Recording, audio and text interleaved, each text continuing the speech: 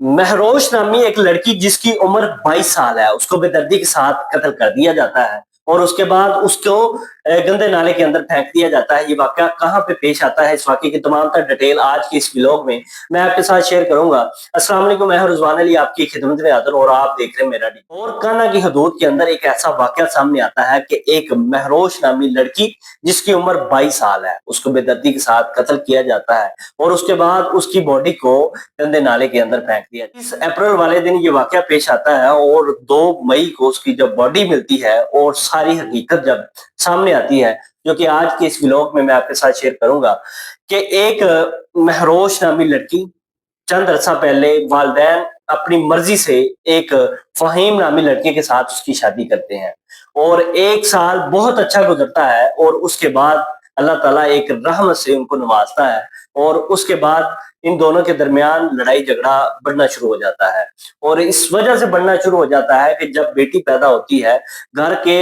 जो अखराजात थे पहले बड़ी मुश्किल से गुजारा होता था, लेकिन जब बेटी पैदा होती है अखराजात बढ़ जाते हैं और मियाँ बीवी के दरमियान इस वजह से अक्सर औकात लड़ाई झगड़ा भी रहता था। लेकिन एक दिन फिर क्या होता है, लड़ाई झगड़ा जो कि छोटी छोटी बातों पे शुरू होता है और इस हद तक बिगड़ जाता है कि बात डिवोर्स तक आ जाती है। इस लड़की को डिवोर्स होती है तो वो अपनी बेटी को लेती है साथ और अपने वालिदैन के पास चली जाती है। और वालिदैन जो है वो इतने अमीर नहीं थे, वो भी गुजर बसर कर सकते थे और जब बेटी उनकी वापस घर जाती है और उनके लिए वो गुजारा भी बड़ी मुश्किल से हो जाता है। ऐसे 1 साल गुजर, उसके बाद महरोज का एक नया सफर शुरू होता है एक खलील नामी लड़के के साथ। उसके साथ उसकी बातचीत होती है और बातचीत इस हद तक बढ़ जाती है कि वो मोहब्बत के बाद शादी के दावेदार हो जाते हैं और कोर्ट मैरिज कर लेते हैं। जब उसके साथ वो कोर्ट मैरिज करता है और उसको एक रेंट का घर लेकर देता है और उसको ये शो करवाता है कि मैं अभी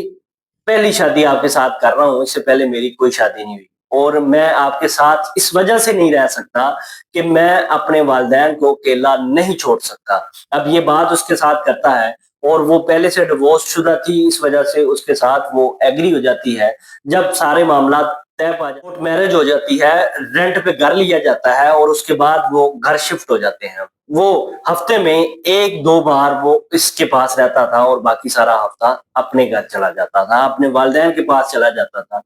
करते कराते पता ये चलता है कि महरोज को उसकी एक बीवी है और बीवी के साथ एक बेटी भी है। और वो पता ऐसे चलता है कि एक दिन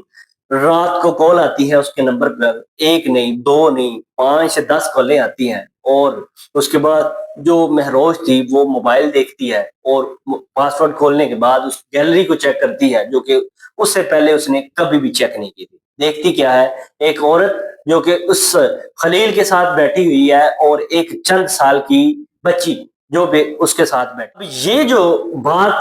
ये जो तस्वीरें देखने के बाद जो शोर शराबा घर में शुरू होता है और उन दोनों के दरमियान लड़ाई झगड़ा शुरू होता है और उसको ये कहती है कि आपने मुझे पहले क्यों नहीं बताया कि आप शादीशुदा हो और आपकी एक बेटी है। और इस तरफ इस बीवी को, दूसरी बीवी को ये हकीकत पता चल जाती है कि ये पहले से शादीशुदा था और कुछ अरसा ऐसे गुजरता है और उसके बाद जो पहले वाली बीवी थी उसको भी पता चल जाता है कि इसने दूसरी शादी करवा ली है। और इस तरह उन दोनों के दरमियान इख्तलाफात इस हद तक बढ़ जाते हैं कि जो पहली बीवी थी वो खानदान में थी और खानदान का प्रेशर, वालिदैन का प्रेशर, बहन भाइयों का प्रेशर जो है वो दूसरी बीवी की मौत का सबब बनता है। और वो क्या करता है, वो उसको कोई और हल नहीं मिलता, वो उसको रास्ते से हटाने के लिए पहले उसका सफाया करता है। 30 अप्रैल वाले दिन वो अपनी बीवी के पास आता है, खाना शाना खाने के बाद उसके साथ रात गुजारता है और उसी रात वो उसको मारने के बाद गंदे नाले में फेंक देता है और सुबह थाने जाता है और एक गुमशुदगी की एफआईआर दर्ज करवाता है कि मेरी बीवी अगवा हो जाती है और मुझे नहीं पता कि वो कहाँ पे गई है। और एक ड्रामा रचाया जाता है कि मैं इस कत्ल से बच जाऊंगा, इस वाक़े सारे से बच जाऊंगा कि मैंने कुछ भी नहीं किया। सारा काम करने के बाद वो घर बाद 2 मई को एक बॉडी मिलती है और जिस पे तहकीकात की जाती हैं तो पता ये चलता है कि ये वही खतून है जो कि आज से चंद रोज कबल ये एक एफआईआर दर्ज हुई है जिसमें वो गुमशुदा है। और उसके बाद खलील को बुलाया जाता है कि आपकी बीवी مردہ حالت میں مل گئی ہے، وہ وہاں پہ جا کر اس سے تحقیقات کی جاتی ہیں، اور یہ وہ ساری حقیقت جو ہے وہ پولیس والوں کو بعد میں بتاتا ہے کہ میں نے اس کو اس وجہ سے راستے سے ہٹایا ہے۔ اب اس ویڈیو کو آپ کے ساتھ شیئر کرنے کا مقصد یہ ہے کہ جب دوسری شادی کسی کے ساتھ کی جاتی ہے تو اتنا ضرور دیکھ لیا کریں کہ وہ اس قابل ہے بھی کہ جو کہ دوسری عورت کے اخراجات جو اٹھا سکتا ہے، اور اس طرح کے معاملات نہیں کرے گا۔ اس طرح کے لوگ دیکھنے کے لیے میرے چینل کو سبسکرائب کریں۔ اللہ حافظ۔